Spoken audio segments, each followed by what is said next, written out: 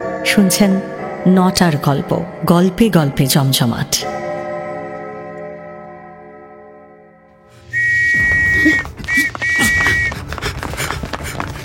এই স্টপ! না দাঁড়ালে গুলি করবো কিন্তু। I say stop! ওইদিকে স্যার। এই স্টপ, আমি বলছি দাঁড়াও। Quick quick follow him. হ্যাঁ হ্যাঁ হ্যাঁ।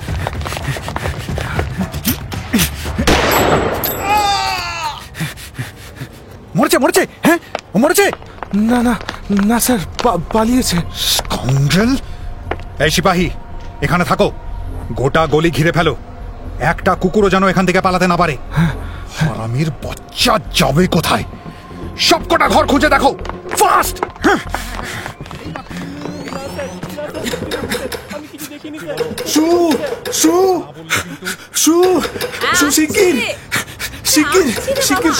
শু দরজাটা খোলো শিগগির। এতটুকু দেরি? আরে শু নেই। ও বাবা, দেবু তুমি কেন? শু কি করবেটা কি? যা দরকার আমাকে বলো। আরে দেখো, আরে কি হয়েছে দেবুদা? সর্বনাশ হয়েছে শু। শরৎদের পাড়াটা পুলিশ পুরো ঘিরে নিয়েছে। প্রকাশদা ফেরার শুনলাম বোধহয় কুলিয়েও লেগেছে। কি বলছো নাকি তুমি? না না না, এটা হতে পারে না। প্রকাশদা! সুলোচনা!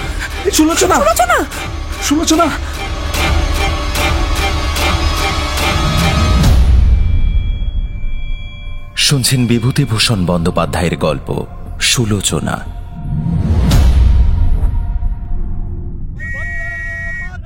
উনিশশো 1908 সাল নাগাদ শহর কলকাতায় ছেলেপুলেদের পড়াশোনার চেয়ে বেশি আগ্রহ ছিল অন্যদিকে।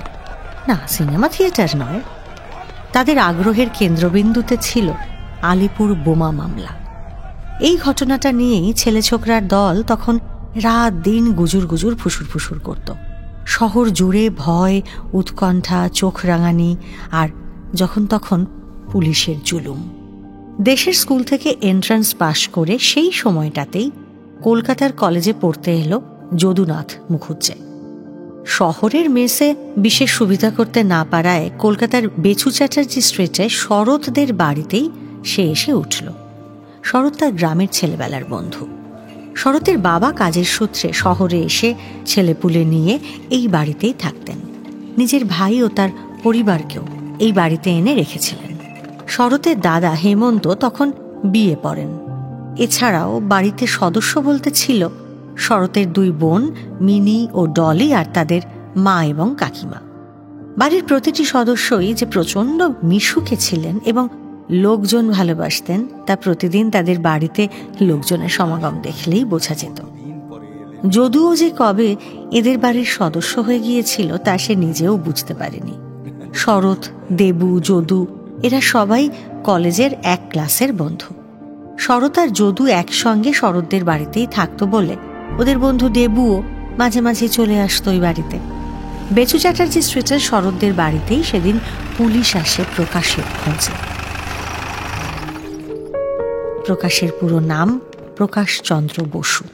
শরৎদের বাড়িতে প্রকাশের বেশ ভালোই আনাগোনা ছিল বলে পুলিশের নজরটা এই বাড়ির ওপর একটু বেশিই ছিল।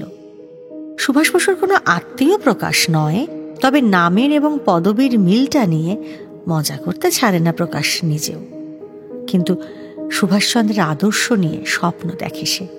নিজেকে সেই ছাঁচেই গড়ে পিটে নিতে তার কোনো কসুর নেই। আলিপুর বোমা মামলায় প্রকাশ তার নাম জড়িয়েছে। না, কেউ তাকে বোমা মারতে দেখেনি বটে, কিন্তু স্বদেশী করাটা প্রকাশের রক্তে। লোকে বলে যে প্রেসিডেন্সি কলেজে পড়ার চেয়ে ছেলে জোগাড় করার কাজটাই নাকি বেশি করে প্রকাশ। তা লোকে তো এমন অনেক কিছুই বলে, কিন্তু বেচু চ্যাটার্জি স্ট্রিটে তাকে দেখতে পাওয়া মাত্রই সবাই চুপ হয়ে যায়। মানুষটাকে সবাই ভালোবাসে না ভয় পায়, যদুরা তা ঠিক বুঝতে পারে না। তবে তারা এটা জানে যে মরে গেলেও এই পাড়ার লোক পুলিশের কাছে কখনো তাকে ধরিয়ে দেবে না। এই পাড়ায় শরৎদের বাড়িতেই প্রকাশদের আড্ডা। আড্ডা মানে শরতের দাদা হেমন্ত, প্রকাশ আর তার এক বন্ধু সতীশ রায়ের আড্ডা বসে। প্রকাশ প্রেসিডেন্সির আর সতীশ মেডিকেল কলেজের। বড় বড় চোখ, শ্যামবর্ণ, দোহারা চেহারা সতীশের। সতীশ রায় বেশ আড্ডাবাজ, হাসি খুশি মানুষ। কিন্তু শরতের বাড়ির আড্ডায় এই প্রকাশ মানে ছেলে মেয়েদের প্রকাশতা এসে পড়ার পরেই বাকিরা যেন একেবারে খড়কুটো হয়ে ভেসে যায়। কেউ আর তাদের দিকে ফিরেও তাকায় না। প্রকাশ তার চেহারার একটা বিশেষত্ব আছে, খুব বলিষ্ঠ দীর্ঘ চেহারা, চোখে মুখে বুদ্ধির ছাপ স্পষ্ট। সকলের সঙ্গে হেসে কথা বলে প্রকাশ, আন্তরিক অমায়িক ব্যবহার তার। এই লোকটা বোমা ছুঁড়েছে বলে যদু বা তার বন্ধু শরৎ কেউই বিশ্বাস করতে চায় না। এই ওর মুখের দিকে তাকায়, কিন্তু প্রকাশ তার সামনে সে কথা জিজ্ঞাসা করার মতো সাহস কারোর নেই, আড়ালেও না, থাকবে কি করে। শরতের বাড়িতে প্রকাশটা হলো রাজা, তার বিরুদ্ধে একটা কথাও কেউ সহ্য করে না। শরতের দু বোন ডলি আর মিনিও প্রকাশদা বলতে অজ্ঞান। এই দেখুন না প্রকাশদা, উল দিয়ে এই নকশাটা করলাম, কেমন হয়েছে বলুন তো? বাহ, দিন দিন তোমার হাতের কাজ বেশ ভালো হচ্ছে মিনি। এই মিনি, তুই ঘরে যা, আমার প্রকাশদার সাথে কাজ আছে। আচ্ছা। তোমার আবার কি জরুরি কাজ পড়লো ডলি? এই যে এই অঙ্কটা কিছুতেই বুঝতে পারছি না, আপনি একটু দেখিয়ে দিন না। বেশ, দাও দেখি।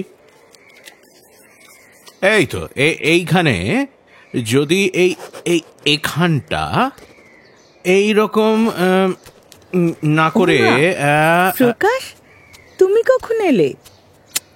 হ্যাঁ রে ডলি, প্রকাশ এসে সেই কখন থেকে বসে আছে, আমাকে একটু খবর দিবি না? দেখ তো, বেচারাকে একটু চা পর্যন্ত করে দেওয়া হয়নি। না না কাকিমা, আপনি ব্যস্ত হবেন না। তা বললে কি হয় বাবা? কি রে ও লক্ষ্মীর মা, চা আনতে আর কত সময় লাগাবি শুনি? তুমি একটু বসো বাবা, আমি বরং তোমার জন্য লুচি আর হালুয়া করি। না না, শুধু চা হলেই হবে, আমি খেয়ে এসেছি। না না, ওসব আমি শুনছি না, এসেছো যখন না খেয়ে যেতে পারবে না। বেশ বেশ, তাই হবে। যেদিন সবাই এসে পড়ে সেদিন তো আর কোনো কথাই নেই। শরৎদের বাড়ি একেবারে হাহা হিহিতে মুখর হয়ে ওঠে, চাঁদের হাট বসে যায় যেন। মানুষগুলো একেবারে দিল দরিয়া, হইচই করতে তাদের কোনো জুড়ি নেই। তারা এলেই চা, চানাচুর, বেগুনি, ফুলুরি, লুচি, সুজি এমন হরেক সম্ভার রান্নাঘর থেকে আসতেই থাকে। সেগুলোর ভাগ বাড়ির অন্যদেরও জোটে।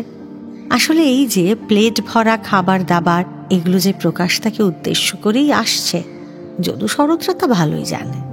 তাই প্রকাশতা এলে ওরাও খুশি হয় খুব। কিন্তু একটা ব্যাপার কেমন যেন খটকা লেগেই থাকে। মাঝে মাঝে দরজা বন্ধ করে হেমন্ত, সতীশ আর প্রকাশ মিলে কি যেন ফিসফাস করে। সে সময় কারোর সেখানে যাওয়া বারণ। এন্ট্রান্স দিয়ে সবে সবে গ্রাম থেকে শহরে আসা যদুও ব্যাপারটা ভালো বুঝতে পারে না। একদিন চুপি চুপি শরৎকে জিজ্ঞাসা করলো সে, ওরা ঘরে দৌড় দিয়ে কি করে রে? কাউকে বলিস না ভাই, ওরা সব স্বদেশী। তোর দাদাও? হ্যাঁ, ওরা তো দাদাকে দলে নিয়েছে। বলিস কি ভাই? আমার তো শুনেই মনের মধ্যে কেমন একটা কৌতূহল উত্তেজনা হচ্ছে। স্বদেশীদের সঙ্গে এক বাসায় আছি। আরে তবে আর বলছি কি, হ্যাঁ, যদি পুলিশে জানতে পারে সবাইকে জেলে পুরবে তো। আরে চুপ চুপ, আর একটাও কথা না, কে কোথা থেকে শুনে ফেলবে। দেওয়ালেরও কান আছে জানিস তো। চল চল, এখান থেকে চল। কথাটা কিন্তু চাপা রইল না। বেচু চ্যাটার্জি স্ট্রিটের এই বাড়িটার ওপর পুলিশের নজরদারি শুরু হলো। ভেতরের কথাটা কে যে বাইরে গিয়ে পাঁচকান করেছে সেটা ঠিক বোঝা গেল না। তবে কেউ যে একটা কালপ্রিট, সে ব্যাপারে এ বাড়ির মেয়ে মহলের কোনো সন্দেহ নেই। প্রকাশচন্দ্র বসু কখনো প্রকাশ্যে কোনো স্বদেশী মিছিল, মিটিং কিংবা অন্য কোনো সন্দেহজনক কাজে জড়িত থাকে না। প্রকাশ্যে কোনো দিন প্রকাশ ব্রিটিশ সরকারের নিন্দে মন্দও করে না। পড়াশোনা, গালগল্প, আড্ডা আর সমাজসেবা নিয়ে থাকা আমোদে মানুষটার পিছনে পুলিশ কেন পড়ল তাহলে? শরতের মা আর কাকিমা কিন্তু আড়ালে আবডালে আঙুল তুলল হেমাঙ্গিনীর দিকেই। শরতের মা একদিন তার ছোট যাকে বলেই ফেলল, যাই বলিস ছোট, ওই মহিলাকে কিন্তু আমার একদম সুবিধের মনে হয় না। ঠিক বলেছ দিদি, কথা নেই বার্তা নেই, কোত্থেকে যে রোজ উড়ে এসে জুড়ে বসে কে জানে। আর বসে তো বসে যাওয়ার নামটি নেই একেবারে। হ্যাঁ, যথেষ্ট বয়স হয়েছে, অন্যের বাড়িতে কি করা উচিত সেই সহবতটুকু নেই। তোমরা কার কথা বলছো গো কাকিমা? সুদুদির মায়ের কথা? উনি তো মাসে একদিন আসেন, রোজ কোথায়? তুই চুপ কর ছুরি। প্রকাশ এলেই ঘুরঘুর করতে থাকে, আমরা যেন কিছু বুঝি না। হ্যাঁ, কোত্থেকে খবর পাই কে জানে, ঠিক এসে হাজির হয়ে যায়। আবার ঢং দেখ না, বাড়ির একজনের সঙ্গেও কথা বলবে না, এসে সোজা সেই প্রকাশের কাছে গিয়ে গুজগুজ গুজগুজ শুরু করবে। একদম ঠিক বলেছ। হেমাঙ্গিনীর ওপর শরতের মা কাকিমাদের রাগ থাকাটা স্বাভাবিক। কথাগুলো তাঁরা যে খুব একটা মিথ্যে বলছেন এমনটাও নয়। ভদ্রমহিলা শরতের পাড়ায় থাকেন না, কাছেই একটা অন্য পাড়ায় বাড়ি ভাড়া নিয়ে বাস করেন। নিজের বলতে তার শুধু একটা মেয়ে, আর 3 কুলে বোধহয় কেউ নেই। বেচু চ্যাটার্জি স্ট্রিটের এই বাড়িতে প্রথম দিন এসেই তিনি প্রকাশের খোঁজ করেছিলেন। সেই থেকে একটা অলিখিত বিধান হয়ে গেছে যে প্রকাশ এলেই তিনি আসবেন। কি করে যে টের পান কে জানে। বাড়ির লোকে তো সন্দেহ করবেই, বিশেষ করে পুলিশি ঝামেলাটা ঘটে যাওয়ার পরে অন্দরমহলের বিরক্তিটা বেশ বেড়েছে এই হেমাঙ্গিনীর ওপর। সেদিন দুপুরের পর থেকেই আকাশের মুখ ভার। বিকেলের মুখে বেশ খানিকটা ঝড় বৃষ্টিও হয়ে গেল। এখন আর বৃষ্টিটা নেই বটে, তবে আশপাশটা বেশ গুমোট করে আছে। ঠিক সেই সময়ে বাইরে থেকে শোনা গেল হেমাঙ্গিনীর গলা। ওই ওই ওই আবার এসেছে, এবার একটা কুরুক্ষেত্র না করে ছাড়বে না দেখছি। বাবা আছো নাকি? কিন্তু সেদিনের পর থেকে প্রকাশদা তো আর আসে না মা, উনি সেটা জানেন না? সে কথা আমি কি করে জানবো? চত্বর শরৎ, এই যে শরৎ, বলি বাবা ভালো আছো তো? হ্যাঁ, কিন্তু আপনি আসুন না, ভিতরে আসুন।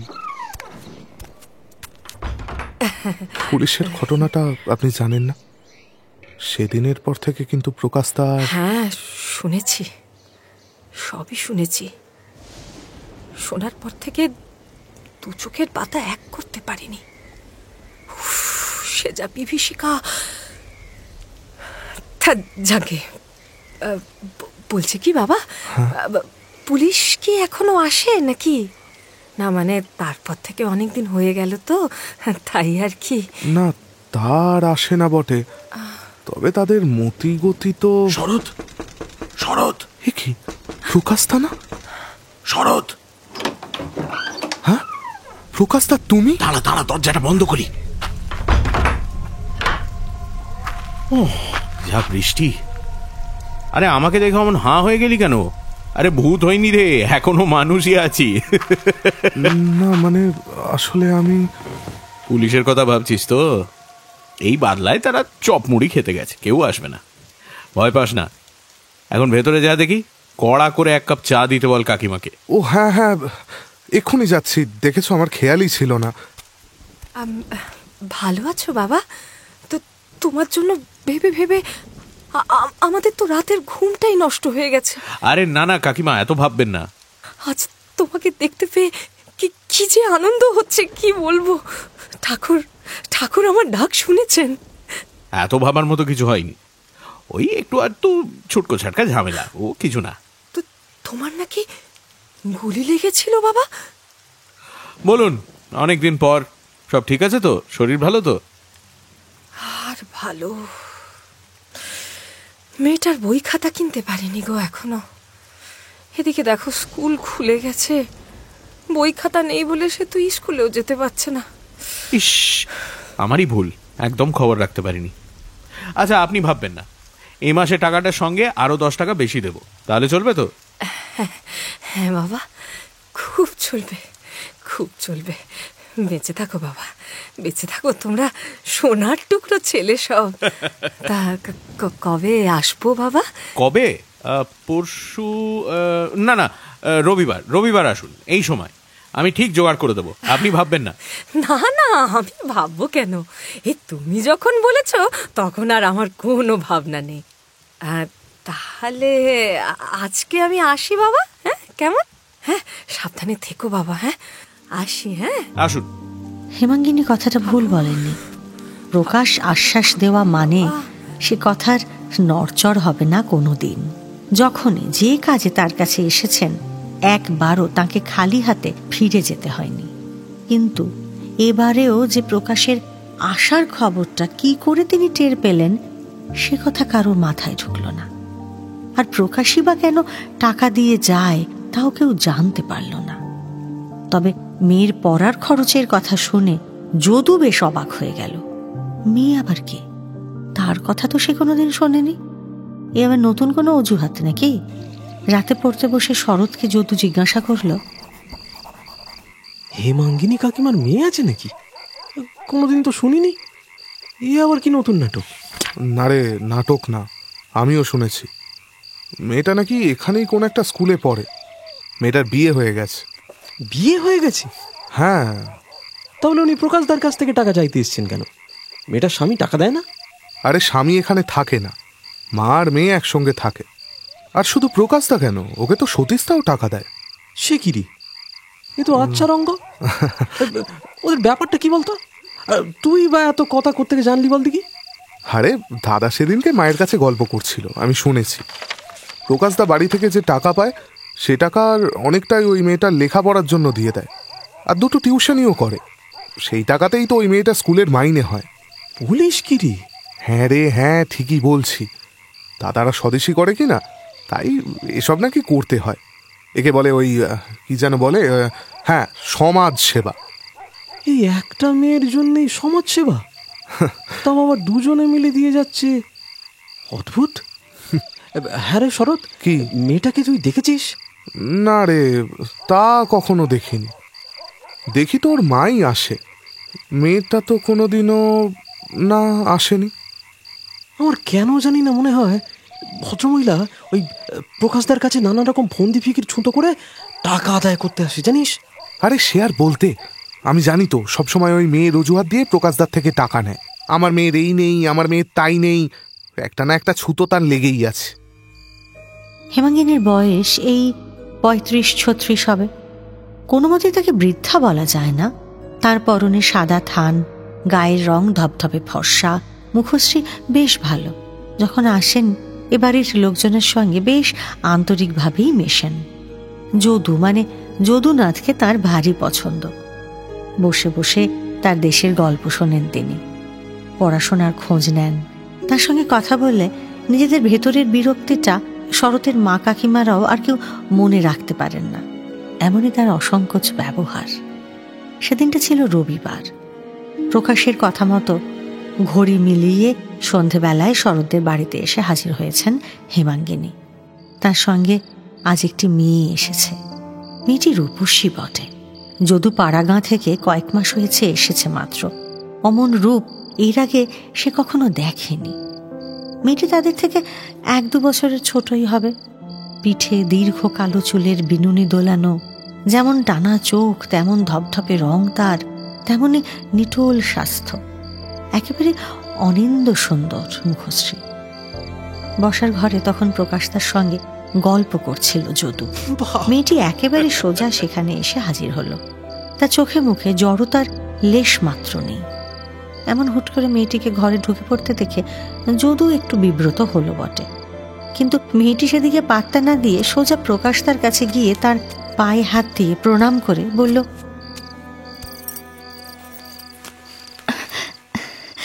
ভালো আছেন প্রকাশদা? আরে সুলোচনা যে, একেবারে হঠাৎ করে আবির্ভাব। ভাবলাম অনেকদিন দেখা হয়নি, আর তাই আপনি আসবেন শুনে মায়ের সঙ্গে চলে এলাম। আপনি তো আর আসতে বলবেন না, অগত্যা আমি নিজেই। আমি তোমাকে এসব ঝামেলার মধ্যে আর আপনি আছেন এটাই শেষ কথা প্রকাশদা, ঝামেলার পরও আমি করি না। তোমার পড়াশোনা কেমন চলছে সুলোচনা? স্কুলে যাও তো? হ্যাঁ প্রকাশদা, তা তো যাচ্ছি, কিন্তু সেই ভয়ঙ্কর রাতটার পর থেকে কোনো কিছুতেই আর মন বসাতে পারছি না। আচ্ছা প্রকাশদা, আর এসব নাই বা করলেন, ছেলে পড়ান না, আপনার তো পড়ানোয় খুব নাম। তুমি ছেলে মানুষ সুলোচনা, তুমি এসবের মধ্যে থেকো না, এখন মন দিয়ে লেখাপড়া করো। মন, সে আমার কথা শুনে না, আমি তার কথা শুনে ভেবে ভেবে মরছি। ভগবান না করুন, আপনার যদি ভালো মন্দ কিছু একটা হয়ে যায় তাহলে কি হবে বলুন তো প্রকাশদা? কি হবে সুলোচনা, এত বেশি ভাবছো কেন? কিচ্ছু হবে না আমার। তাই যেন হয়। আর এর সঙ্গে আলাপ করিয়ে দিই, এর নাম যদু, লেখাপড়ায় খুব ভালো। আমি না থাকলে যদুর কাছে পড়াটড়া দেখিয়ে নিও, কেমন? আচ্ছা। যদুর সঙ্গে আলাপ হলো সেদিন। যদু তো বটেই, গোটা বাড়ির লোক সুলোচনাকে সেই প্রথম দেখল। বাড়ির মেয়েদের সঙ্গে তার বেশ ভাব হয়ে গেল। যদু শরতের সঙ্গেও বেশ স্বাভাবিক বন্ধুত্ব হয়ে গেল তার। কিন্তু প্রকাশ যতক্ষণ সেই বাড়িতে রইল, সুলোচনার থাকাও ঠিক ততক্ষণ। প্রকাশ বিদায় নিতেই হঠাৎ করে সে চলে গেল। এরপর থেকে মায়ের সঙ্গে সেই বাড়িতে প্রায়ই আসতে লাগলো সুলোচনা। তবে ওই যখন প্রকাশ আসে তাকে ঠিক তখনই দেখা যায়, আর প্রকাশ চলে গেলেই তার আর কোনো পাত্তাও পাওয়া যায় না। শুধু তাই নয়, যতক্ষণ সে থাকে ততক্ষণ প্রকাশের চেয়ারে ঠিক পিছন দিকে দাঁড়িয়ে থাকে সুলোচনা, অন্য কোথাও যায় না সে। প্রকাশ সুলোচনাকে কখনো কখনো সু বলে ডাকত। তার দেখা দেখি যদু শরৎরাও তাকে সু বলে ডাকতে শুরু করে। একদিন বেশ বিরক্তি দেখিয়ে সুলোচনা বলল, প্রকাশদা যা বলেন তোমরাও তাই বলবে কেন? আমার নাম সুলোচনা, আমাকে ওই নামেই ডাকবে। সবার মুখে সব নাম মানায় না। মানায় না তো? বেশ, তাহলে তুমিও আমাদের সঙ্গে আর মিশতে এসো না। ভারী আমার বাবু সাহেব এসেছেন রে, মিশবো না কেন? 100 বার মিশবো। শুনে রাখো, সবাই কিন্তু প্রকাশদা হয় না, তার জন্যে এলেম লাগে, বুঝলে? এলেম লাগে? বাবা, প্রকাশদার মধ্যে এমন কি এলেম দেখতে পেলে? আমরাও একটু শুনি। শুনবে তাহলে? কিছু একটা বলবে বলে সবেগে ঘুরে দাঁড়ালো সুলোচনা, কিন্তু তারপরেই কথাটা শেষ না করে দ্রুত পায়ে সেখান থেকে চলে গেল। থাক। আর ফিরেও তাকালো না সে। খাবার নিয়ে ডাকতে এসে শরতের মাও কেমন অবাক হয়ে গেলেন। সুলোচনা কোথায়? খাবার আনতে যাচ্ছি বললাম যে। সুলোচনা? সে তো চলে গেছে গো মা। চলে গেল? সে কি, না খেয়ে চলে গেল? নিশ্চয়ই তোরা ওকে বিরক্ত করেছিস। আমরা? না মা, আমরা কিছু করিনি। আমার কথা বিশ্বাস না হয় তুমি ওই তো যদু দাঁড়িয়ে আছে, ওকে জিজ্ঞেস করো। ওর মাথায় না ছিট আছে, জানোই তো। এই জন্যই বোধহয় ওর মা ওকে কোথাও নিয়ে যায় না। এখানেই তো আগে আসতো না। পাগল পাগল, বদ্ধ পাগল। আর প্রকাশদাটাও তেমন, এক পাগলকে মানুষ করার জন্য উঠে পড়ে লেগেছে। ছি শরৎ, নিশ্চয়ই কোনো অসুবিধা হয়েছে তাই চলে গেছে। আচ্ছা, তোদের কি আর কোনো কাজ নেই? যা তো, হাত মুখ ধুয়ে খেয়ে নিয়ে পড়তে বস। সুলোচনার অসুবিধেটা যে ঠিক কোথায় সে কথাটা কেউই বুঝতে পারল না। তাই তার আচার আচরণ দেখে অবাক হওয়া ছাড়া আর কিছু করারও নেই কারো। যেদিন সতীশের সঙ্গে ঘটনাটা ঘটল সেদিন সবাই একটু বেশি অবাক হয়েছিল। তখন স্কুলের ছুটি চলছিল তার। একদিন বিকেলে শরতের বাড়িতে এলো সতীশ। আড্ডাবাজ দিল দরিয়া সতীশকে দেখে সকলেই বেশ হৈ হৈ করে উঠল। সেদিন প্রকাশের আসার কথা ছিল না, কিন্তু তবু কেন জানি না সুলোচনার মাও তার মেয়েকে নিয়ে সেখানে হাজির হলেন। সতীশকেও তিনি বেশ ভালো করেই চিনতেন, তাই তাকে দেখা মাত্র বলে উঠলেন, এই যে সতীশ, এসেছো বাবা?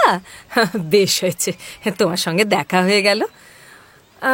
বলি কি, অনেক দিন থেকে তোমাকে একটা কথা বলবো বলবো ভাবছিলাম। বেশ তো, বলুন না, কি বলবেন মাসি? আর বাবা, আমার তো বয়স হচ্ছে, বুঝতেই তো পারো, এই কোন দিন আছি কোন দিন নেই। একদিনে তো তীর্থ করা হলো না কিছু, তাই না? তাই বলছিলাম আর কি, একবার দক্ষিণেশ্বরটা আমাকে ঘুরিয়ে দিতে পারবে বাবা? হ্যাঁ হ্যাঁ, আমিও যাব। আমিও কখনো দক্ষিণেশ্বর যাইনি। তুমি দক্ষিণেশ্বর যাবে সুলোচনা? হ্যাঁ। ঠিক আছে, এখনই তার ব্যবস্থা করছি, দাঁড়াও। এই যদু, একটা ট্যাক্সি রেখে আনতো। হ্যাঁ সতীশদা, এক্ষুনি আনছি। কে হে? সতীশ নাকি? প্রকাশদা? বাইরে থেকে আওয়াজ পেলাম মনে হলো। আরে প্রকাশ যে, তুমি এমন বেটাইমে কোনো খবর না দিয়ে? আজ আর টিউশন যেতে হয়নি, ছাত্রের জ্বর, তাই ভাবলাম ঘুরেই আসি। এসে তো ভালোই হলো দেখছি। তো সব যাওয়া হচ্ছে কোথায় শুনি? সতীশদা, ট্যাক্সি এনেছি। হ্যাঁ, মাসিদের নিয়ে দক্ষিণেশ্বর যাচ্ছি প্রকাশ। তুমি যাবে? চলো না। না বাবা, আমার আর ধর্মে গিয়ে কাজ নেই, এখনো অনেক কর্ম করা বাকি। তোমরা যাও, ঘুরে এসো। আমি বরং এক কাপ চা খেয়ে ক্লাবে যাব, অনেককাল যাওয়া হয়নি। চলুন না প্রকাশদা, এমন সুযোগ কি আর আসবে নাকি? একটু ঘুরতেই তো যাচ্ছি, তাও আপনার আপত্তি? আরে আমার আপত্তি কোথায়, তোমরা যাও না। আমার অনেক কাজ আছে, আমি এখন ওসব জায়গায় যেতে পারবো না। যাও যাও, ট্যাক্সি দাঁড়িয়ে আছে বাইরে, মিছিমিছি মিটার বাড়িয়ে লাভ নেই। না থাক, আমি যাব না। হ্যাঁ, যাবে না মানে? এই তো ট্যাক্সিটা কি আনলাম, তুমি তো বললে। হ্যাঁ বলেছিলাম, কিন্তু এখন আর যাব না।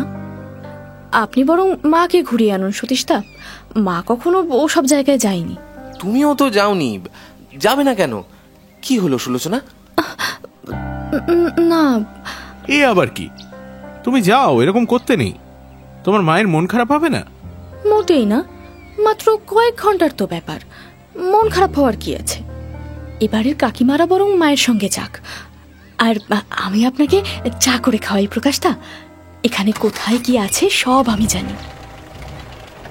কিছুতেই গেল না সুলোচনা। হেমাঙ্গিনীর সঙ্গে শরতের মা, কাকিমা, ডলি, মিনি সকলে চলে গেল। রয়ে গেল শুধু সুলোচনা। প্রকাশকে ছেড়ে এক পাও সে নড়ল না। সবাই বেরিয়ে গেলে প্রকাশও উঠল বেরোনোর জন্য। সুলোচনা তার সামনে এসে দাঁড়িয়ে পথ আটকে বলল, আচ্ছা, তোমায় এত অস্থির দেখাচ্ছে কেন প্রকাশদা? মুরারি পুকুরের বাগান বাড়িতে পুলিশ বোমার কারখানা আবিষ্কারের পর থেকে চারিদিকে ধরপাকড় শুরু হয়েছে। কোন দিন আমাদেরও। সে কি? কিন্তু তুমি তো এতে ছিলে না প্রকাশদা, তুমি এত ভয় পাচ্ছ কেন তবে? আমার গায়ে স্বদেশী ছাপ পড়ে গেছে। পুলিশ কাউকে রেয়াত করবে না, কাউকে না। তাহলে এখন কি করবে? সে পরে দেখা যাবে। কিন্তু শোন, আমি এখন কদিন আসবো না, তুই কিন্তু পড়াশোনা ছাড়বি না, বুঝলি? কোনো অসুবিধা হলে যদু আছে, আমার বাকি বন্ধুদেরও বলা আছে, তাদের একবার বললেই হবে। আগেও কিন্তু বলেছি কথাটা, মনে থাকবে তো? হ্যাঁ, কিন্তু তুমি কোথায় যাবে? কবে আসবে আবার? অত কথা বলার সময় নেই। এই নে, কটা টাকা রাখ, এতে তোর কিছুদিন চলে যাবে।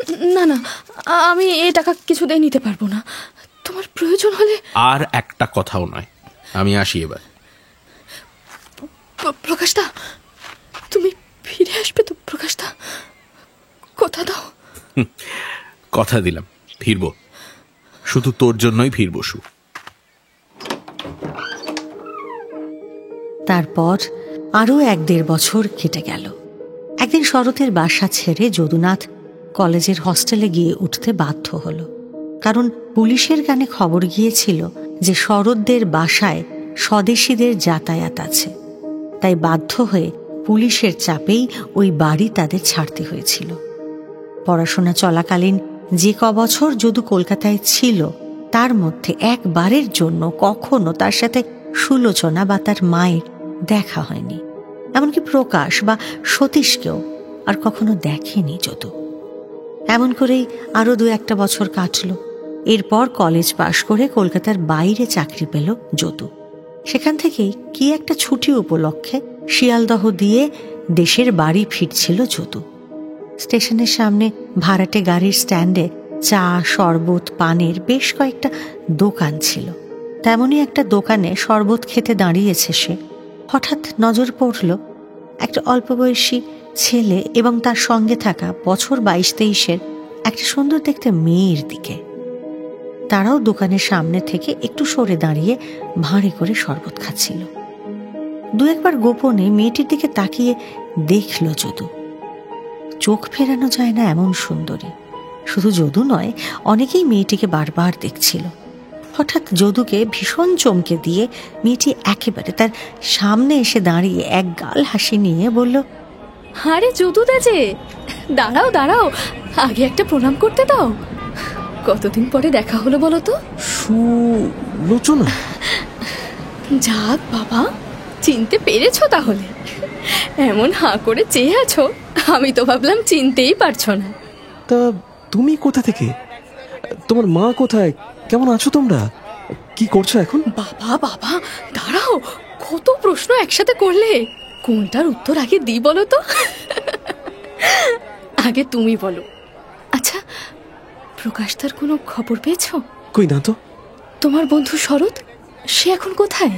শুনেছি ও কলকাতাতেই আছে মেস ভাড়া করে। ও, তেমন দেখা সাক্ষাৎ হয় না আজকাল। আর তার দাদা কি করে? বিয়ে হয়ে গেছে ওদের?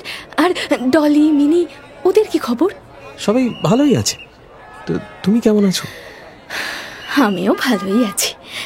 অনেকদিন পরে দেখা। আগে তুমি খাওয়াও দেখে। চলো তো রায়মশাইয়ের হোটেলে। কলেজে থার্ড ইয়ারে পড়ার সময় যদু শুনেছিল প্রকাশ অদ্ভুতভাবে নিরুদ্দেশ হয়ে গিয়েছে। তার আর কোনো খবর কারোর কাছে নেই। তার কয়েক বছর পরেই বিশ্বস্ত সূত্রে যদু জেনেছিল পূর্ববঙ্গের একটা জায়গায় স্বদেশী ডাকাতি করতে গিয়ে পুলিশের গুলিতে মারা গেছে প্রকাশচন্দ্র বসু। কিন্তু আজ প্রকাশের মৃত্যু সংবাদটা সুলোচনাকে জানাতে পারল না যদু। পুরনো দিনের মতো সেই নিঃসংকোচ হাসি খুশি সুলোচনাকে দেখেই হয়তো যদু খবরটা আর দিতে পারল না মেয়েটাকে। মুহূর্তের মধ্যে আজ এতদিন বাদেও যদুর মনে পড়ে গেল সুলোচনা প্রকাশকে কতটা ভালোবাসত।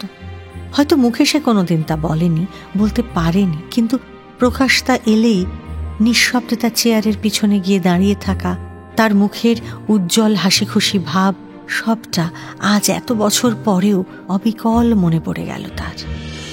হাসি খুশি সুলোচনার পরনে আজ চওড়া জরিপার ফিকে নীল শাড়ি ও ব্লাউজের পাহাড়, গলায় চিকচিকে সরু চেন ও পেন্ডেন্ট, পায়ে রুপোলি ব্রোকেডের জুতো, মসৃণ পেলব ফর্সা দু হাতে সোনার চুরির সঙ্গে সরু ফিতে বাঁধা হাত ঘড়ি দেখে যদুর মনে হলো সুলোচনার অবস্থা ফিরেছে। সুলোচনা ততক্ষণে যদুর হাত ধরে টানাটানা শুরু করে দিয়েছে। কি গো যদুদা, হাঁ করেছে দেখছো কি? যাবে না নিয়ে রায়মশাইয়ের দোকানে? চলো। ছাড়ো ছাড়ো, হাত ধরে ওরকম টানাটানি করে না। চলো না। রায়মশাই কেন? চলো, তোমাকে আজ ন্যাশনাল হোটেলে নিয়ে যাবো খাওয়াতে। ট্রামে করে কলেজ স্ট্রিটের মোড়ে যাই, চলো। বাবা, বেশ। ট্রেন আসতে বেশি দেরি নেই। কোথায় যাবে এখন বৌদি? এসো, চলো। হ্যাঁ, সঙ্গে ছেলেটি এবার এগিয়ে এসে ঘড়ি দেখিয়ে যেতে বাধা দিল। যদুর হঠাৎ মনে হলো ছোকরা যেন সুলোচনার ওপর জোর খাটাচ্ছে। তার খুব রাগ হলো। মনে মনে ভাবল এই ছেলের জন্মের আগে থেকে তাকে তারা দেখে আসছে, আর আজ এই ছেলে এসেছে তার সামনে সুলোচনাকে ঘড়ি দেখে টাইম বলে দিতে। তবে মুহূর্তের মধ্যে যদুর মনটা বিরক্তিতে ভরে গেল যখন দেখল সুলোচনা ছেলেটির কথার কোনো প্রতিবাদ না করে যেতে উদ্যত হলো। এতক্ষণে সমস্ত আবদার জোড়াজুড়ি সব নিমেষে ভুলে গিয়ে সুলোচনা ছেলেটির সঙ্গে স্টেশনের ভেতরের দিকে চলে গেল। তবে যেতে যেতে যদুর দিকে ফিরে একবার শুধু চেঁচিয়ে বলে গেল, দমদমে থাকি আজকাল, যেও একদিন। বিস্কুটের কারখানার পিছনে নরেশ পালের বাগান বাড়ি গো। হ্যাঁ, সময় করে যাবো একদিন। বলা বাহুল্য, দমদমের নরেশ পালের বাগান বাড়ি খুঁজে সেখানে যাওয়ার ইচ্ছে ও সময় কোনোটাই যদুর আর হয়ে ওঠেনি। এর বছর খানিক পরে এক সন্ধ্যায় যদু এসপ্ল্যানেডের মোড়ে ট্রাম ধরার জন্য অপেক্ষা করছিল। ঠিক এমন সময় একটা ট্রাম তার সামনে এসে দাঁড়াতেই যদু হঠাৎ দেখতে পেল প্রথম শ্রেণীর কামরায় একটা বেঞ্চে সুলোচনা একা বসে আছে। কিছুমাত্র না ভেবে তক্ষণে ট্রামটায় উঠে সুলোচনার পাশে গিয়ে বসে পড়ল যদু।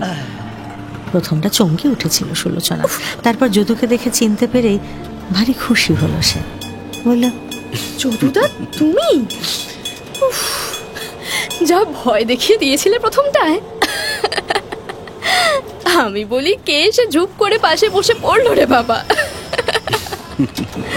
আবার দেখা হয়ে গেল তো। তা কেমন আছো বলো? ভালো আছি, তুমি কেমন আছো? কতদিন দেখা হয়নি, সেই শিয়ালদা স্টেশনে সেবার।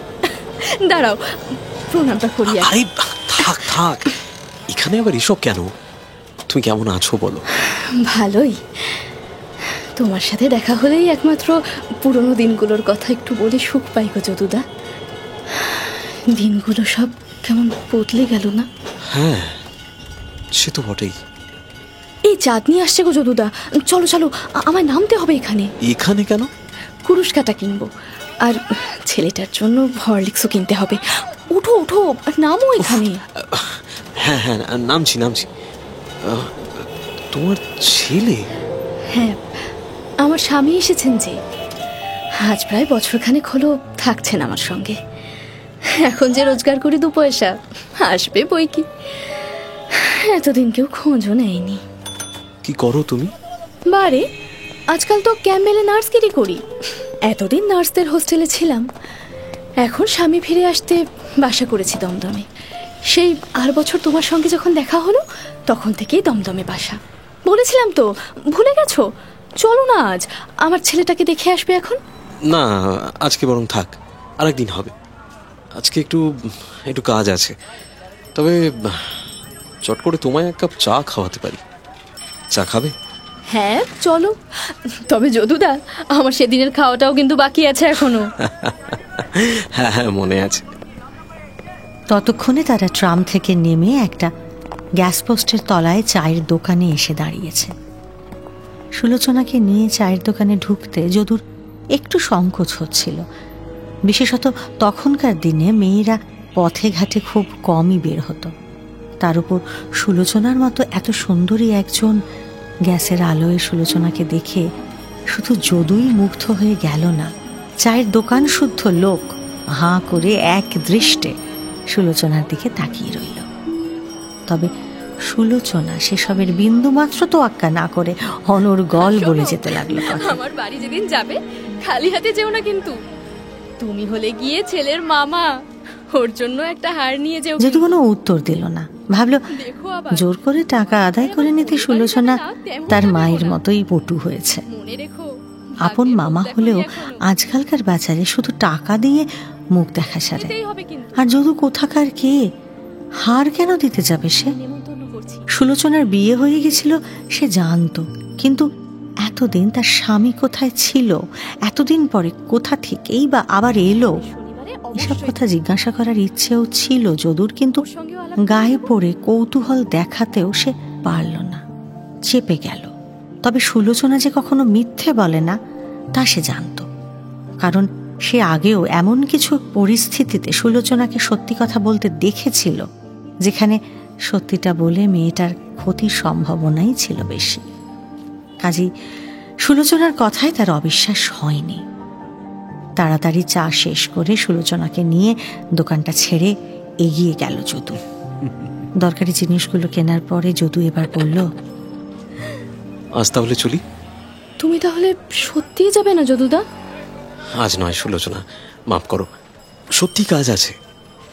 কত কথা আছে তোমার সঙ্গে, রাস্তায় এভাবে কি সব কথা বলা যায়?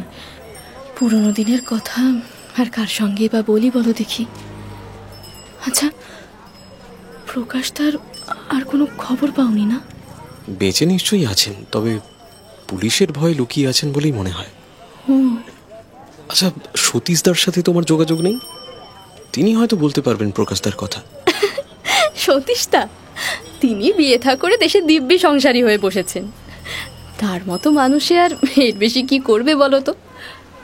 প্রকাশদার মতো কি আর সবাই? এবার তুমি এগো, নয়তো আমারও এবার দেরি হয়ে যাবে। তুমি সত্যিই যাবে না যদুদা?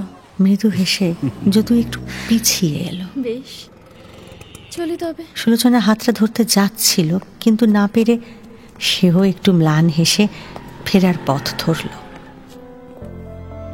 যদুর আসলে যাওয়ার প্রবৃত্তি হলো না। প্রকাশচন্দ্র বসুর মৃত্যুর খবরটা সেদিনও যদু বলতে পারল না সুলোচনাকে। এরপর কেটে গেল প্রায় 17-18টা বছর। যদুনাথ এখন বিয়ে করে ছেলেপুলে নিয়ে রীতিমতো সংসারী। কলকাতাতেই বাসা ভাড়া নিয়ে থাকে সে। আর সুলোচনা, তার খবর সে আর রাখেনি। এমনই এক বিকেল বেলা সুকিয়া স্ট্রিট দিয়ে যদু ডাক্তারখানা যাচ্ছিল। শরীরটা আজকাল খুব একটা ভালো থাকে না তার। একটু তাড়াতাড়ি করে হেঁটে চলেছে সে। এমন সময় একটা রাস্তার বাঁকে ঠিক তার চলার পথের উল্টো দিকের পথের ধারে একজন মহিলাকে দেখেই সে থমকে দাঁড়িয়ে পড়ল। দূর থেকে মহিলার মুখটা একটু ভালো করে নজর করতেই হঠাৎ তার মনে হলো ইনি যেন সেই সুলোচনার মা, অবিকল সেই রকম দেখতে। যদিও বহুকাল দেখেনি সে, কিন্তু এটা কি আদৌ সম্ভব? এত বছর পরে সুলোচনার মা বেঁচে থাকবেন, তাও এই কলকাতা শহরেই। যদু লক্ষ্য করল মহিলা খুব সংকুচিত ভঙ্গিতে রাস্তার লোকের কাছে 2-1 পয়সা চাইছেন। দ্রুত গলাটা তুলে সে ডাকলো মহিলাকে।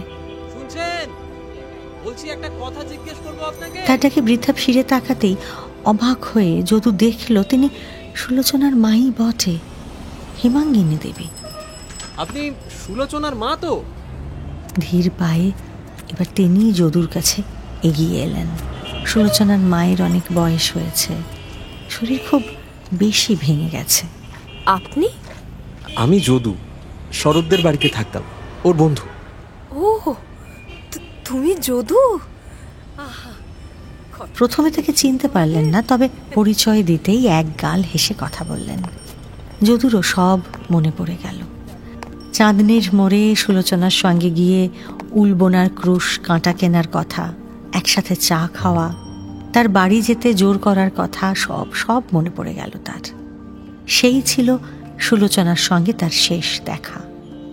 মাঝে কতগুলো বসন্ত চলে গেছে, কিন্তু আজও পুরনো যুগের সেই মেয়েটি তার সবটুকু সৌন্দর্য নিয়ে এত বছর পরেও তার মনের মধ্যে অমলিন রয়ে গেছে দেখে যদু অবাক হয়ে গেল। এই কলকাতা শহরেই কোথা থেকে আমার যেন সে ফিরে এলো। যদুর মনে পড়ে গেল শেষবারেও যখন দেখা হয়েছিল তখনও চাঁপা ফুলের মতো সুলোচনার গায়ের রং, দীর্ঘ শরীর, লম্বা টানা টানা কালো ডাগর চোখ, কোঁকড়া চুলের রাশি, তার দাঁড়ানো কথা বলার সহজ সাবলীল ভঙ্গিমার আকর্ষণ যদু অস্বীকার করতে পারেনি। কিন্তু আজ তার মাকে পথের ধারে একা এভাবে দাঁড়িয়ে থাকতে দেখে অবাক হয়ে সে ভাবল, সুলোচনার মা ভিক্ষা করছে কেন? সুলোচনা কোথায়? যদুকে চিনতে পেরে ওদিকে বৃদ্ধা তখন আরও একটু সংকুচিত হয়ে পড়লেন। তার সে ভাবটা কাটিয়ে দেওয়ার জন্যই যদু বলল, এখানেই কোথাও বাসা বুঝি? দোকানে জিনিস কিনতে এসেছিলেন? ভালো আছেন? আর বাবা, আমাদের আর ভালো আর মন্দ, তুমিও যেমন কথা বলো। ইয়ে মানে মানে আপনার মেয়ে সুলোচনা কোথায়? তাই তো বলছি বাবা, সে কি আর আছে? সে থাকলে আমার রাজে। এই উত্তরের জন্য যদু আদৌ প্রস্তুত ছিল না। এতক্ষণ সুলোচনার মাকে সোজা তার মেয়ের কথা জিজ্ঞাসা করতে যদুর বাধো ঠেকছিল। তবু মনে মনে চট করে হিসেব কষে যখন সে দেখল সুলোচনার বয়স এখন প্রায় 40-42 হবে, তখন কোনো মতে সংকোচ কাটিয়ে সে কথাটা বলেছিল। কিন্তু তার প্রশ্নের এই উত্তর, হঠাৎ আর কোনো কথা খুঁজে পেল না সে। কিছুক্ষণ চুপ করে থেকে তারপর যদুই কথা শুরু করলো আবার। তা আজকাল আছেন কোথায়? রাস্তায়, গভর্নমেন্টের রাস্তায়। তোমার সঙ্গে দেখা হলো, বড় ভালো হলো বাবা। আমার ঘাড়ে সব ফেলে দিয়ে হতভাগী তো পালালো। এখন তার 2 ছেলে, জানো, একটার বয়স 16 আর একটা 14। এদের নিয়ে আমার কি দুর্দশা ভাবো দেখি। এ বয়সে একটা ঘরে আছি, এখনই ভাড়া দিতে না পারলে তো তাড়িয়ে দেবে বলেছে। তাই বলছি, রাস্তা ছাড়া এখন আর যাবো কোথায় বলো? সুলোচনা কতদিন হলো মারা গিয়েছে? এই 14 বছর হলো। ছোটটা তখন সবে 2 মাসে।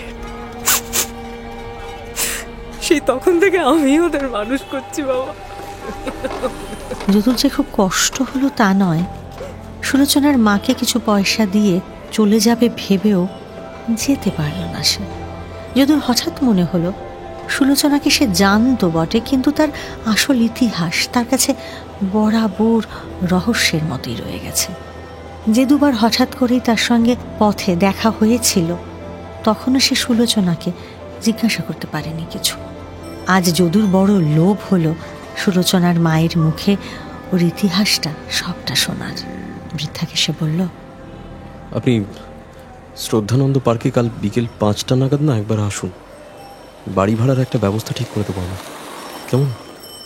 কাল কোথায় থাকি না থাকি তার কি আমার কোনো ঠিক আছে বাবা? বাসায় ফিরে হয়তো দেখবো বাড়িওয়ালার ছেলে দুটোকে রাস্তাতেই বের করে দিয়েছে। তুমি এখনই চলো না বাবা, চলো একবার আমার সঙ্গে গিয়ে দেখবে কি অবস্থায় ফেলে রেখে গেছে ওই হতভাগী আমাদের। অগত্যা ডাক্তার দেখানো শিখেই তুলে যদুকে যেতেই হলো। বাসা দেখে মনে হলো এমন ঘরে মানুষ থাকতে পারে না। একতলায় ছোট্ট অন্ধকূপের মতো একটা ঘর, একটাই মাত্র দরজা, কোনো জানলা নেই। ঘরের মধ্যেটা কি ভীষণ গুমোট হয়ে রয়েছে। দরজায় দাঁড়িয়েই সে দেখল ঘরের একপাশে কেওড়া কাঠের হাত দুই চওড়া একখানা তক্তপোষ, তাতে ছেঁড়া চটের বিছানা, চটের মধ্যে বিচুলির কুচি পোড়া বালিশ, মেঝেতে একপাশে ভাঙা কলাই চটা একাধখানা শানকি, একটা মাটির কলসি, আর দড়ির আলনায় অতি মলিন 2-3টে কাপড় জামা। ছেলে দুটো শোয় তক্তপোষে আর হেমাঙ্গিনী শোন মেঝেতে। যদু মনে মনে ভাবতে লাগলো, হায় অভাগী সুলোচনা। তাদের দেখা শৌখিন আধুনিকা স্মার্ট মেয়ে সুলোচনার মা ও ছেলেদের একই বাড়ি, একই অবস্থা। তাও এইটুকুও কাল থেকে তাদের আর থাকবে না।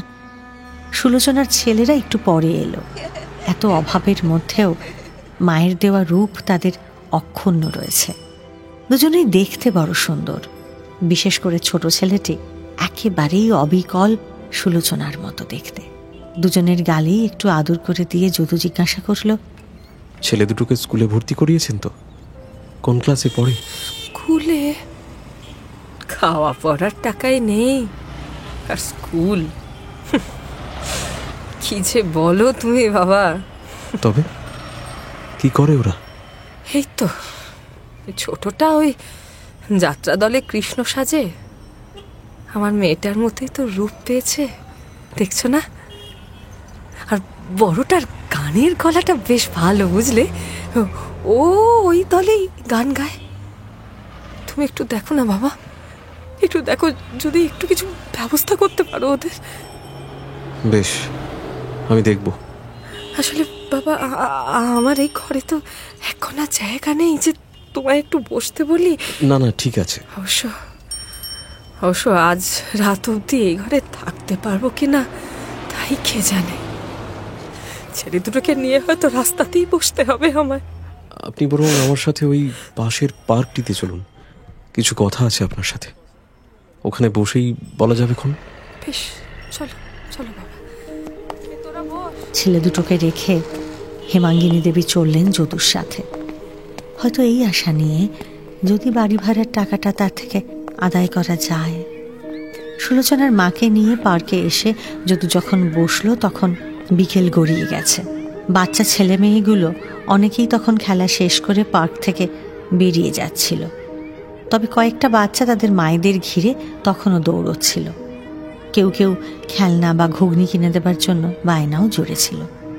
সেদিকে তাকিয়ে খানিকটা আনমনি হেমাঙ্গিনী দেবী বললেন, ওরা আর মায়ের আদর কি জিনিস জানলই না কোনোদিন।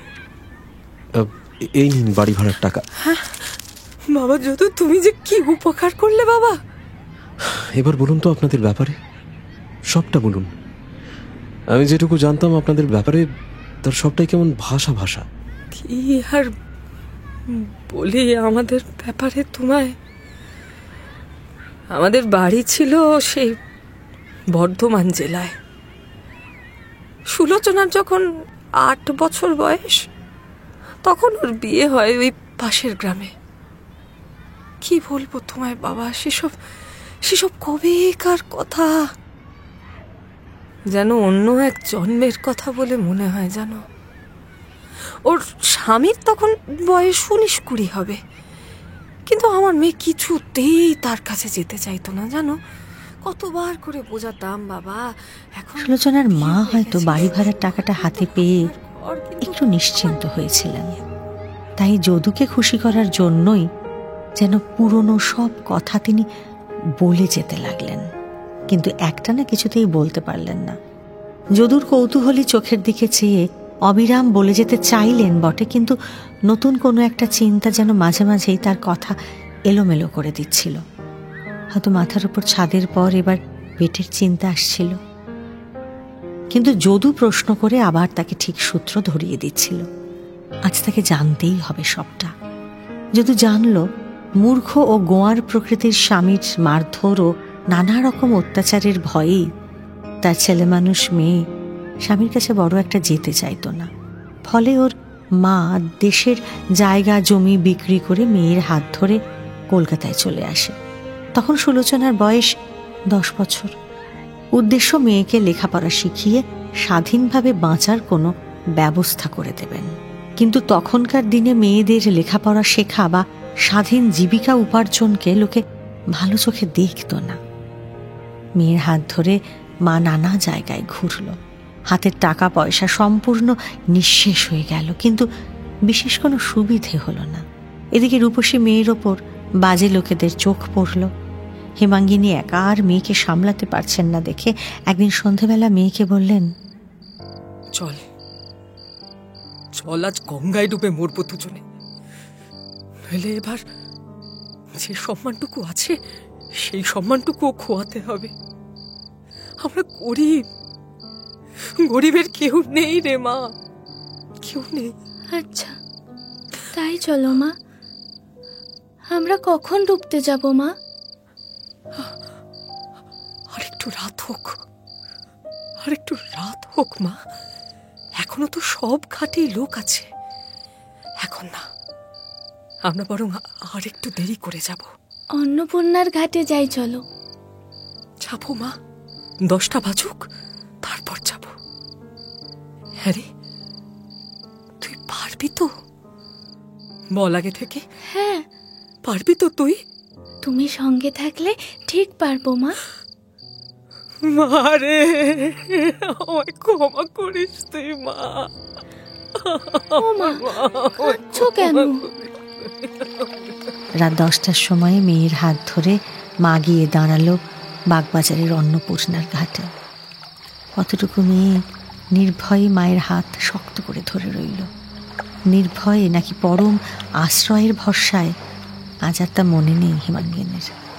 কিন্তু 8 বছরের মেয়েকে সমাজের নিয়ম মেনে বিয়ে দিতে বুক না কাঁপলেও সেদিন অন্নপূর্ণার ঘাটের সিঁড়িতে দাঁড়িয়ে কেন যেন মায়ের বুকটা কেঁপে উঠেছিল।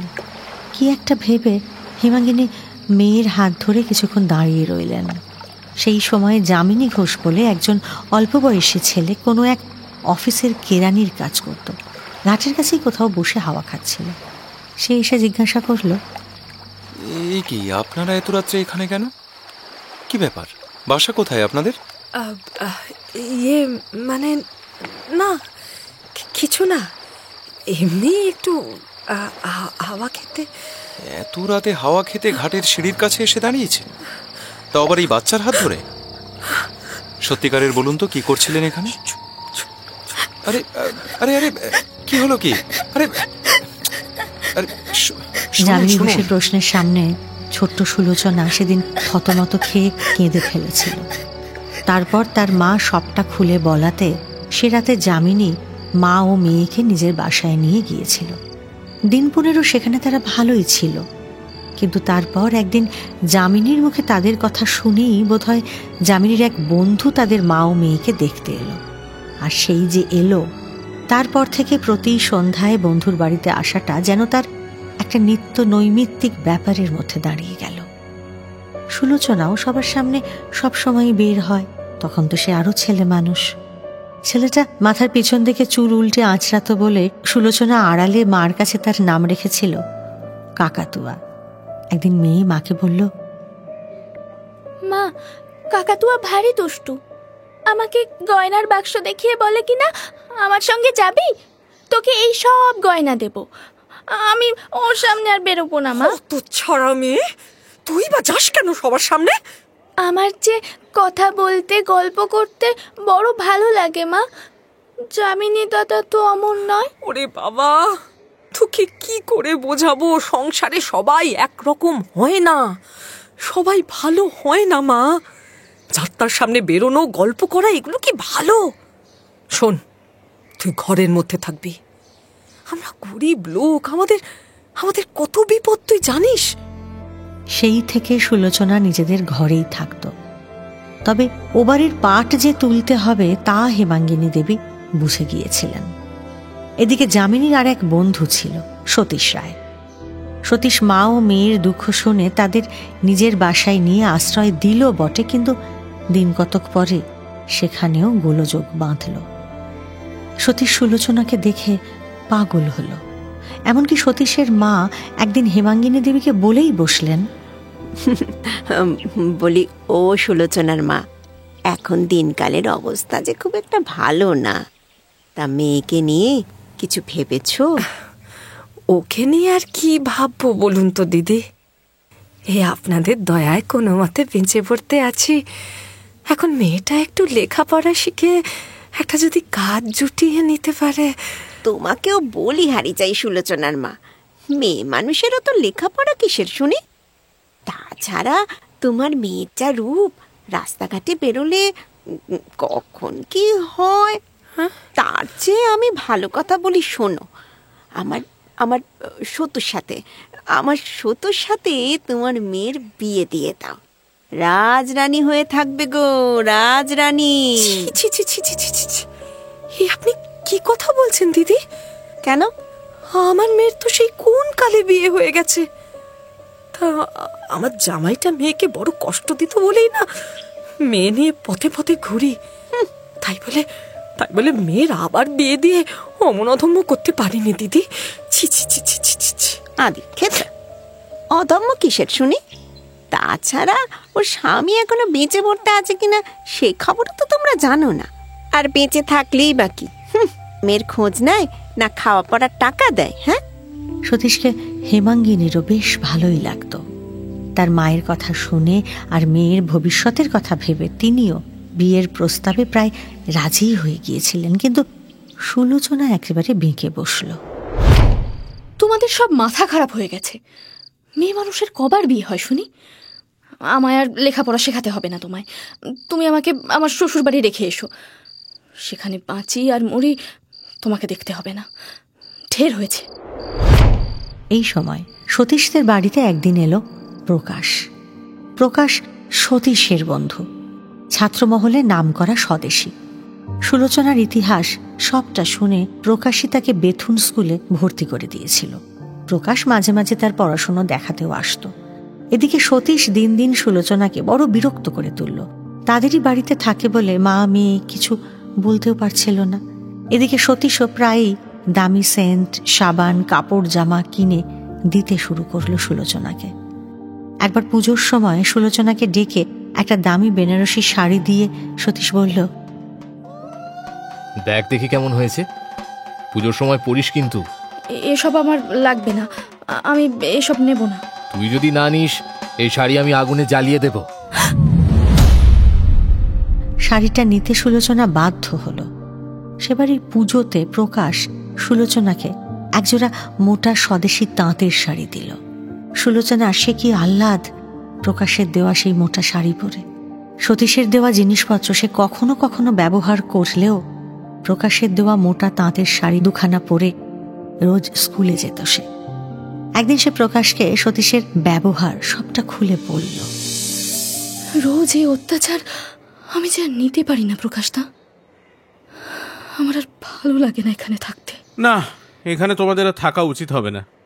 এখানে থাকলে তোমার লেখাপড়া কিছুই হবে না। অন্য জায়গায় বাসা করো, খরচ যা হয় আমি তার ব্যবস্থা করব। সুলোচনার এক দুঃসম্পর্কের বোন তার বরের সঙ্গে কাছেই একটা গলিতে বাসা ভাড়া নিয়ে থাকত। সুলোচনারা এবার সেই বাসায় উঠে এলো। আসার সময় সুলোচনা প্রকাশের দেওয়া মোটা শাড়ি পরে আর সতীশের দেওয়া দামি কাপড় জামা সেখানেই রেখে এলো।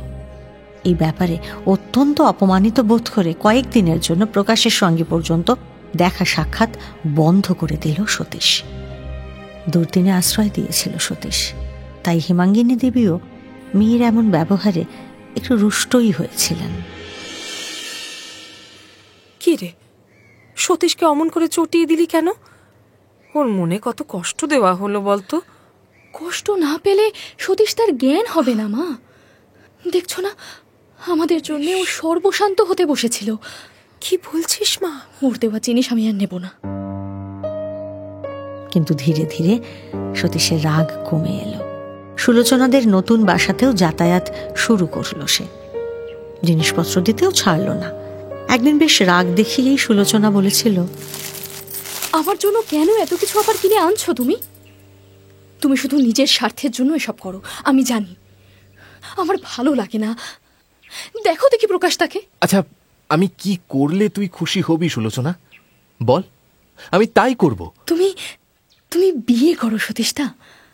খুব শিগগির একটা ভালো মেয়ে দেখে যদি বিয়ে করে ফেলো, আমি সত্যি খুব খুশি হব তাহলে।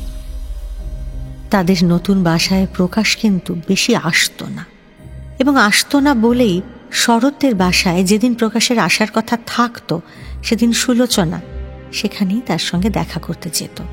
আর ঠিক এই সময়েই আলিপুর বোমার মামলাটা আরম্ভ হয়েছিল। প্রকাশ কি করে তার মধ্যে জড়িয়ে পড়েছিল সে কথা কেউ জানত না। বেশ কয়েকদিন পরে একবার শরতের বাড়িতে সে এসেছিল বটে, যেদিন সতীশের সঙ্গে দক্ষিণেশ্বর যেতে চেয়েও প্রকাশ এসে যাওয়ায় সুলোচনা আর যায়নি। সেদিন যাবার আগে সুলোচনাকে সে কথা দিয়ে গিয়েছিল একবার সে আসবেই তার সঙ্গে দেখা করতে। কিন্তু দীর্ঘদিন না আসায় সুলোচনা বড় ব্যস্ত হয়ে পড়েছিল। মেয়ের অনুরোধে বাধ্য হয়ে একদিন হেমাঙ্গিনী দেবী কলেজে খোঁজ করতে গিয়েও প্রকাশের কোনো খবর পান না। তার 6 মাস পরে প্রকাশ হঠাৎ একদিন এক হাঁড়ি রসগোল্লা হাতে ওদের বাসায় এসে হাজির হয়েছিল।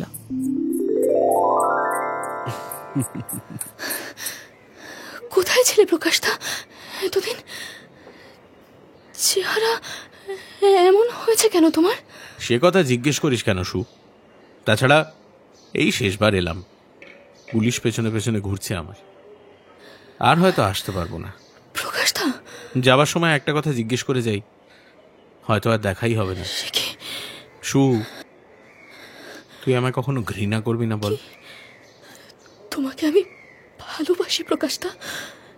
যদি স্বামী না থাকতো, তোমার পা ছুঁয়ে বলছি, যদি না থাকতো তোমার এই বিপদের সময় তোমার সঙ্গে চলে যেতাম আমি। তোমায় একলা এভাবে কখনো যেতে দিতাম না আমি, কখনো না। আচ্ছা আচ্ছা, হয়েছে, এবার ওঠ। তোমাকে আমার দিব্যি রইল প্রকাশদা। বিপদ উদ্ধার হলেই আবার ফিরে এসে সবার আগে আমার সঙ্গে দেখা করবে তুমি। পাগলি মেয়ে একটা। ভালো থাকিস, নিজের খেয়াল রাখিস। প্রকাশদা, যাই এখন। প্রকাশদা, যাই বলতে নেই, বলো আসি। বেশ, আসি। প্রকাশ চলে যেতেই সেদিন আকুল হয়ে কান্নায় ভেঙে পড়েছিল সুলোচনা। সুলোচনাকে কেউ কখনো কাঁদতে দেখেনি, এমনকি তার মাও নয়। বহু বছর পরে সেদিন অমনভাবে কেঁদে ভাসিয়েছিল মেয়েটা। কিন্তু প্রকাশ সেই যে গেল, আর কখনো ফিরে আসেনি। এত অবধি বলে এবার একটু দম নেবার জন্যই থামলেন হেমাঙ্গিনী। দিনের শেষ আলোটুকুও তখন নিভে গেছে, কিন্তু এত লম্বা দুঃখের কাহিনী শুনতে শুনতেও যদুর আগ্রহ তখনও কিন্তু এতটুকু ম্লান হয়নি। সে বলল, তারপর আপনাদের কি হলো? তারপর প্রকাশ তো চলে গেল। এই কলকাতা শহরে সেই পোড়ারুখী মেয়ের আগুনের মতো রূপ নিয়ে সে কি কষ্ট, কত বিপদ যে গেছে আমাদের। দেখেছিলে তো তাকে? দেখেছিল বই কি, সুলোচনার সেই অপরূপ মুখখানা আজ আবার এতদিন পরে যদু যেন স্পষ্ট দেখতে পেল। এই শহরে যে কবার তার সঙ্গে দেখা হয়েছিল যদুর প্রতিবারই সে সুলোচনাকে ভুল ভেবেছিল। অভিজ্ঞতার অভাবেই সুলোচনাকে তখন সে চরিত্রহীনা উচ্ছৃঙ্খল প্রকৃতির মেয়ে বলেই ভেবেছে। শুধু সে একা নয়, শরতের বাড়ির মেয়েরাও সুলোচনাকে এমন চোখেই যে দেখত তাও সে জানে। আজ মনে মনে সেই পরলোকবাসিনীর কাছে ক্ষমা প্রার্থনা করল সে। সুলোচনার মা বললেন, মেয়ে রোজ কাঁদত ওই প্রকাশ চলে যাওয়ার পর থেকে, রোজ। সতীশকেও সে দু চোখে দেখতে পারত না। এদিকে জানো বাবা, যে বাসায় আমরা ছিলাম সে বাসার ভাড়া ঠিক মতো দিতে পারিনি, তাই এবার সেখান থেকেও সমস্ত পাট চুকিয়ে আমাদের উঠতে হলো। তা আমরা তখন করলাম কি, ওই কালীঘাটে ছোট একটা খোলার ঘরে গিয়ে আশ্রয় নিলাম। তা সে যা আশ্রয়! একদিন কোনো এক সাহেবের ম্যানেজার এসে 10,000 টাকার লোভ দেখায়, তো আরেকদিন এক গুন্ডার দল এসে মেয়েকে তুলে নিয়ে যাবার জন্য বাড়ি ঘিরে ফেলে। তাই দেখে তো মেয়ে মাথায় কেরোসিন তেল ঢেলেছে সে গায়ে আগুন দিয়ে মরবে বলে। এমন সময় আমি মরিয়া হয়ে লোক ডাকাটাকি করায়, তখন গুন্ডার দল পালালো। সতীশদা যেত না বাসায়?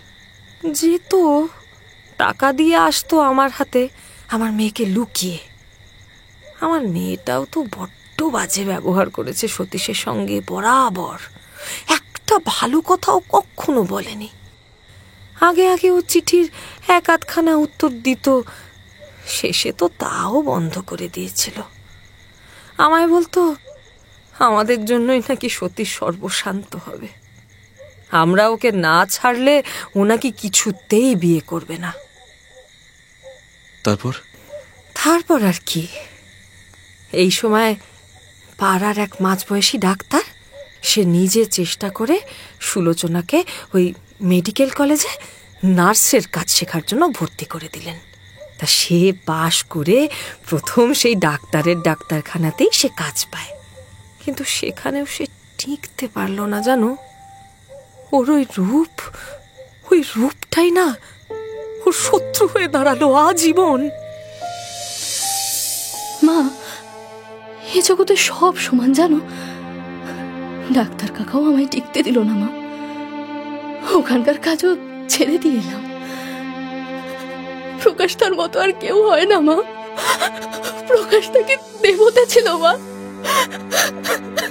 এর মাস 2 পরে ওই ক্যাম্বেল হাসপাতালে ওর কাজ জুটল। তখন আমাদের বাসা হচ্ছে পটল ডাঙায়, বুঝলে। এই শহরে হেমাঙ্গিনী বলে চলেন তাদের মা মেয়ের গল্প। ক্যাম্বেলের নার্স সুলোচনার রূপের খ্যাতি তখন চারিদিকে ছড়িয়ে পড়েছে মা মেয়ের একা থাকা নিয়ে নানান কাল্পনিক গল্প। চারিদিকে ওঁত পেতে থাকা বিপদ থেকে মেয়েকে বাঁচাতেই ক্যাম্বেল হাসপাতালের গেট থেকে রোজ রাত 11টার সময় মেয়েকে গিয়ে নিয়ে আসতো মা।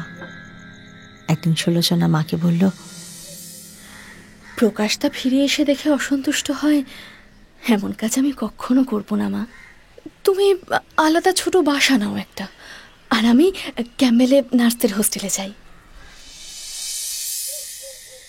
তারপর আচ্ছা, এরপর কখনো প্রকাশদার চিঠি টিঠি আসতো না? না, কখনো না। মেয়ে আমার অভিভাবক হিসেবে হোস্টেলে 2জনের নাম দিল, তার স্বামীর আর প্রকাশদার। তার আশা ছিল তার প্রকাশদা একদিন হঠাৎ এসে পড়বেই, কিন্তু এলো না। ওই প্রকাশ দেখে খুশি হবে বলেই তো দমদমে অতিথিশালা খোলা হলো ওর স্বামীকে নিয়ে এসে। অতিথিশালা? সে কিরকম? হ্যাঁ, আমার মেয়ের খেয়াল। এদিকে প্রকাশ তো তখন মরে ভূত হয়ে গিয়েছে। ওর স্বামীকে আনলেন বুঝি আবার? না বাবা, আমরা আনিনি। ওই ক্যাম্বেলে একজন রুগী এসেছিল সেই সুলোচনার শ্বশুর বাড়ির গাঁ থেকে, বুঝলে। সে গিয়ে খবর দিল, তখনই তার স্বামী এসে পড়ল, এসে ওর কাছে মাপ চাইল। আমরাও থাকতে দিলাম এই ভেবে যে স্বামী এলে আমার মেয়েটার বিপদ একটু কমবে, তা ওর স্বামীকে নিয়ে তখন দমদমে বাসা করা হলো। যে যায় সেই খায়, তাই নাম হলো অতিথিশালা, বুঝলে? এই সময় বোধহয় আমার সঙ্গে তার দেখা হয়েছিল। হ্যাঁ, তোমার কথা সে বলেছিল বটে, এখন আমার মনে হচ্ছে বাবা। তা তারপর তো চাকরি ছেড়ে দিয়ে নিজে স্বাধীনভাবে প্র্যাকটিস করতে লাগলো। বেশ 2 পয়সা আয় হলো, বুঝলে? 2 ছেলে হলো। জামাইয়ের 1 কাঁড়ি দেনা ছিল দেশে, সব গিয়ে সে শোধ করে দিয়ে এলো। এই সময়টা আমরা একটু অবস্থার মুখ দেখেছিলাম বাবা। বেশ ভালো ছিলাম জানো, সবাই মিলে বেশ ভালো ছিলাম। তা সেই সময় একদিন হলো কি, আমাদের দমদমের বাসায় এসে কে যেন একটা খবর দিল প্রকাশ নাকি মারা গেছে।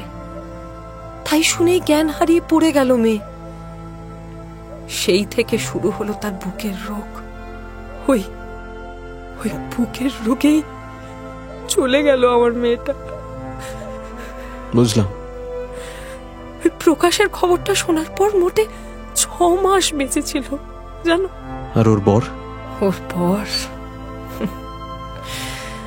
ও চলে যাওয়ার কয়েক মাসের মধ্যেই আমার জামাইও চলে গেল। সন্ন্যাসী হয়ে যাব বলে আপদ বিদায় করার জন্য 8 বছর বয়সে মেয়ের বিয়ে দিয়েছিলাম। সে কোথায় চলে গেছে আজ। আর আমায় দেখো, এই 65 বছর বয়সে আমি এখনো ভুগছি, বন্ধনে পড়ে আছি। সে স্বামীকে ভালো করেছিল, তাকে মদও ছাড়িয়েছিল জানো, কিন্তু পোড়া কপাল তার, সে সুখ সইল না। আচ্ছা তুমি বলো বাবা, এখন আমি যদি মরে যাই, ওর ছেলে 2 তো নিরুপায়, কোথায় দাঁড়াবে গিয়ে? কোথায় দাঁড়াবে? রাস্তায় না পড়ে মরে। আচ্ছা, ওর সঙ্গে একটা ছোকরাকে দেখেছিলাম একদিন, সে কে জানেন? ছোকরা কে বলো তো? ওই শ্যামবর্ণ 1 হারা চেহারা তো, ওই বছর 22 বয়স। হ্যাঁ, ওটা ওর দেওর, ওই জামাইয়ের জ্যাঠতুতো ভাই। এই আমাদের দমদমের বাসায় থেকে পড়াশোনা করতো আর কি।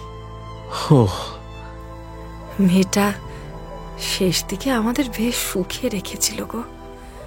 প্র্যাকটিসে বেশ রোজগার করে টাকা জমিয়ে খাট, আলমারি, বাসন কোসন সব কিনেছিল জানো। আসলে শৌখিন ছিল তো খুব, সে তো তুমিও দেখেছো। আমার মেয়ে মারা যাওয়ার পর জামাইয়ের হাতে অনেকগুলো টাকা এসে পড়ল।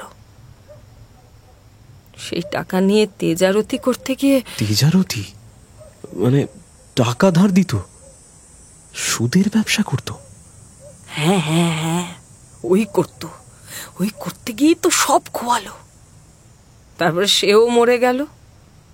ও ভালো কথা, কাকে কাকে টাকা ধার দিয়েছিল তার একখানা হ্যান্ড নোট অবশ্য আছে। আচ্ছা বাবা, তাতে কি কিছু করা যাবে? না, এতদিন পরে সে হ্যান্ড নোটে আর কিছু হবে না। এরপর দুজনেই অনেকক্ষণ চুপ করে বসে রইল। যদুর কতদিনের ভুল যে ভেঙে গেল, কি অবিচারী না করেছে সে সুলোচনার প্রতি। সুলোচনা যে যুগে বাইরে চলাফেরা করত, সে যুগে মেয়েদের অমন ভাব কেউ পছন্দ করত না বলেই তার নামে নানা কথা উঠেছিল। সেই তরুণীর সচেতন অন্তরাত্মা যাকে ভালোবেসেছিল, তারই একনিষ্ঠ ধ্যানে সে দিনের পর দিন বৃথা অপেক্ষা করে মরত আশার কুহকে। সব যুগেই মেয়েরা যেমন ভালোবেসে কষ্ট পায়, মুখ বুজে সহ্য করে, তিলে তিলে নির্বোধের মতো নিজের শরীর ক্ষয় করে, দুশ্চিন্তায় দুর্ভাবনায়। এত রূপ নিয়েও সুলোচনা সে দুঃখের হাত থেকে অব্যাহতি পায়নি।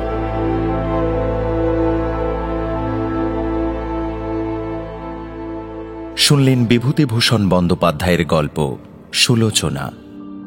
আজকের প্রশ্ন, কোন হাসপাতালে কাজ করত সুলোচনা?